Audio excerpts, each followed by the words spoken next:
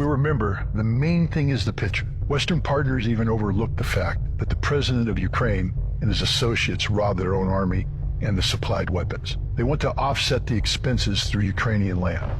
This is Agent Zelensky's ninth task.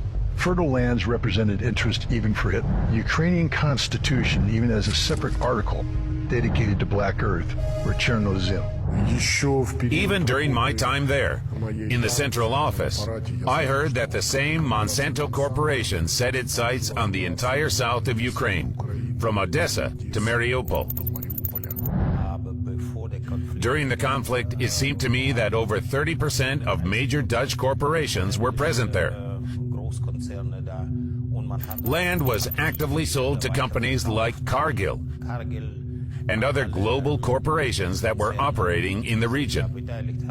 For example, Cargill's revenue in 2022 amounted to $165 billion. The GDP of Ukraine as a whole in 2021, before the war, amounted to approximately $200 billion. Until 2021, there was a moratorium on the sale of land in Ukraine. It was extended 10 times during that period, and land was leased out. However, Zelensky urgently needed loans. The IMF offered money in exchange for lifting the moratorium. Ukrainians were afraid that foreigners would start buying up land. In November 2019, the president, perhaps still in the role of the righteous screen character Goloborodko, hurried to reassure the people.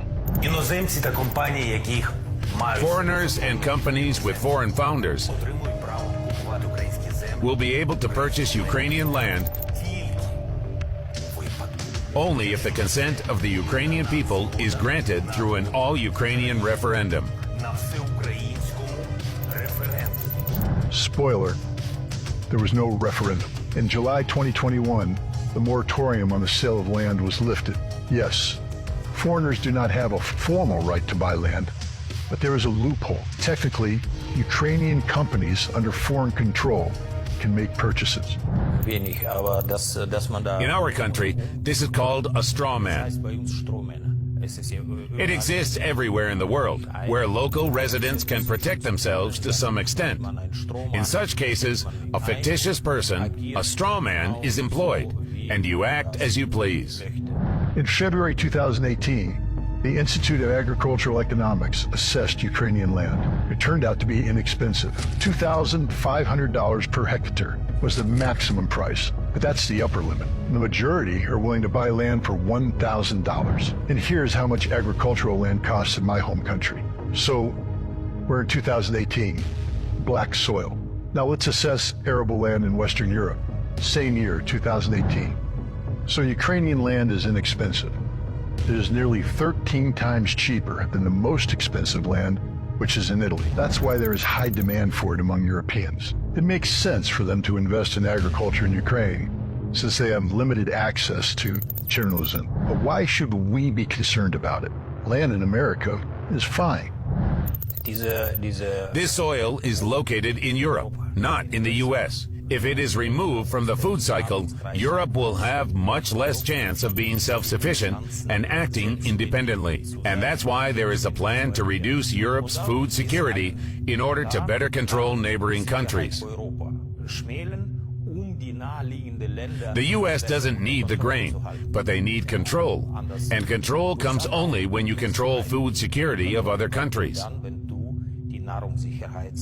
And Ukraine was a very, very successful project from the perspective of the U.S. I would say that Ukraine remains a very successful project for the United States. These are not just agricultural corporations that are making money. In 2022, the investment firm BlackRock offered to help Ukraine rebuild its economy. Of course, this refers to the future prospect. The BlackRock company has the greatest global influence in society, as it controls almost all banks.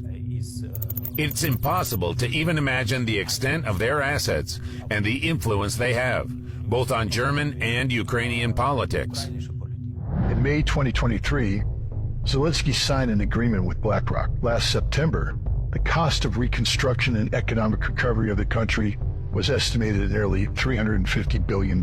However, Later, Kiev increased the expenses to $1 trillion. After Zelensky's agreement with BlackRock, people started writing on Twitter that Ukraine was becoming privatized and sold to funds. And you know, it seems to be true. BlackRock doesn't invest in recovery. Instead, it builds dependencies and spheres of influence through reconstruction. Politics, army, and economy form a three-headed dragon currently running the world.